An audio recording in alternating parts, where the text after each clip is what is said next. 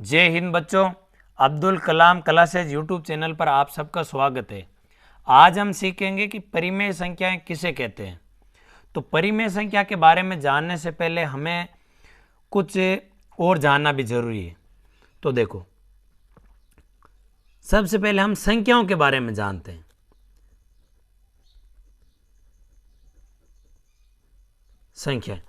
संख्याएं दो प्रकार की होती है।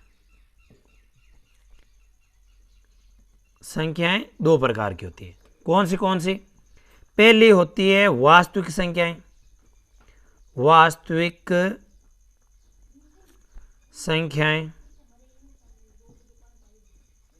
आप जितनी भी संख्याएं पढ़ते हैं वो सब वास्तविक संख्याएं होती है।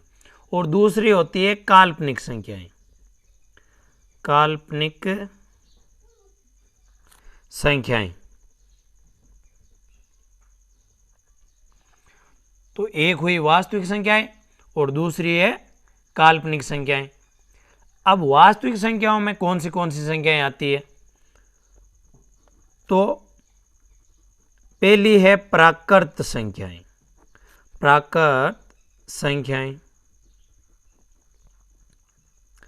प्राकृत संख्याएं कौन सी होती है? प्राकृत संख्याएं होती है एक से शुरू होकर अनंत तक।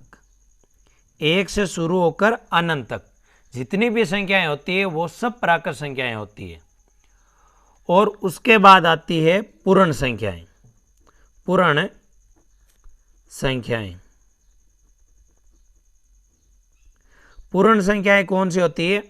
प्राकृत संख्या एक से अनंत तक है और प्राकृत संख्या में हम जीरो को और ऐड कर दें तो वे पूर्ण संख्याएं बन जाती है। तो इसमें जीरो और ऐड कर देंगे, बाकी प्राकृत संख्या है 2, 3 अनंत तक। यानी जीरो से शुरू होकर अनंत तक जितनी भी संख्याएं होती है वो सब पूर्ण संख्याएं के अंदर आती है। और उसके बाद होती है पूर्णांक संख्याएं। ये जानने के लिए कि परिमेय संख्या किसे कहते हैं, ये जानने के लिए पूर्णांक संख्याओं के बारे में जानना हमें जरूरी है। पूर्णांक संख्याएं। अब पूर्णांक संख्याएं कौन सी होती है? तो आपने अभी तक प्राकृत पूर्ण पढ़ी, यही है पूर्ण संख्या है, जीरो से लेकर अनंत तक, यानी कि धनात्मक संख्याएं। अगर हम धनात्मक और ऋणात्मक दोनों को मिला दें तो ये बन जाती है पूर्ण संख्याएं। अब इसमें ऋणात्मक भी आ जाएगी, इसमें ऋणात्मक, जीरो से लेकर इधर धनात्मक और इधर ऋणात्मक, यानी धनात्मक, ऋणात्मक और शून्य, ये जितनी भी संख्याएं होती है इनका समूह पूर्णांक संख्याओं का होता है। अब आपने जान लिया पूर्णांक संख्याएं किसे कहते हैं, तो बस अब आपको समझ में आ जाएगा कि परिमेय संख्या किसे कहते हैं। तो परिमेय संख्याएं कहते हैं जिसे हम P/Q रूप में लिख सकते हैं। P/Q, जैसे P/Q से मतलब है कि हम किसी भी संख्या को बट्टा के रूप में लिख सकते हैं, वो परिमेय संख्याएं होती है। जैसे मैंने लिख दिया 3/2। अब 3/2 है, 3/2 यानी भिन्न के रूप में लिखा है ना और बट्टा के रूप में लिखा है ना, तो ये परिमेय संख्या है। और मैंने लिख दिया 1/2, 5/7, 6/9, इसको वापस काटेंगे तो ये बन जाएगा 3, 2/3। तो ये सब जितनी भी संख्याएं हैं ये परिमेय संख्या हैं। अब हम जान लेते हैं कि परिमेय संख्या की परिभाषा क्या है, उसके बाद और अच्छे से समझ में आ जाएगा। तो परिमेय संख्या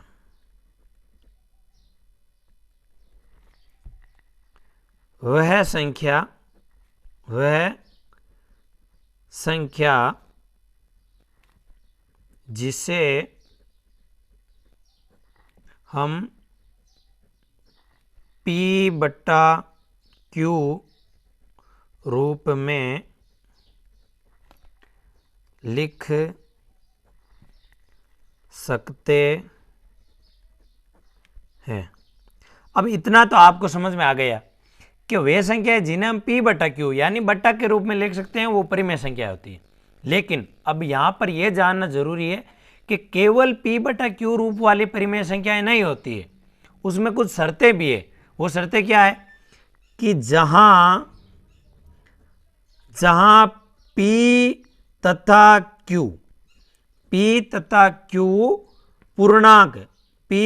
q पूर्णांक हो। कौन सी संख्याएं होनी चाहिए? p तथा q पूर्णांक हो, तथा q बराबर क्या नहीं होना चाहिए? q बराबर 0 नहीं होना चाहिए। तो यह है परिमेय संख्या। तो p और q क्या होना चाहिए? पूर्णांक ही होना चाहिए। पूर्णांक के अलावा कोई दूसरी संख्या आती है तो वो परिमेय संख्या नहीं है। जैसे अगर मैं यहां लिख दूं 1/√2, ये p बटा क्यू रूप में तो है, देख लो p बटा क्यू रूप में तो है, लेकिन ये परिमेय नहीं है क्योंकि इसमें p तो पूर्णांक है लेकिन q पूर्णांक नहीं है। q पूर्णांक नहीं है, ये √2 है, ये पूर्णांक संख्या नहीं है। पूर्णांक में कौन सी आती है? केवल धनात्मक व ऋणात्मक और 0, यही संख्या आती है। रूट वाली संख्या इसमें नहीं आती है पूर्णांक में। तो ये परिमेय संख्या नहीं है, क्योंकि इस परिमेय किसे कहते हैं? जिसमें p और q दोनों क्या होने चाहिए? पूर्णांक होने चाहिए। ये पूर्णांक हो तभी ये परिमेय होगी।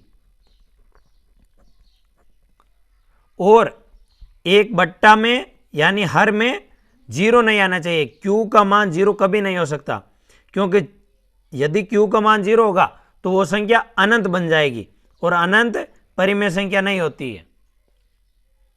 धन्यवाद।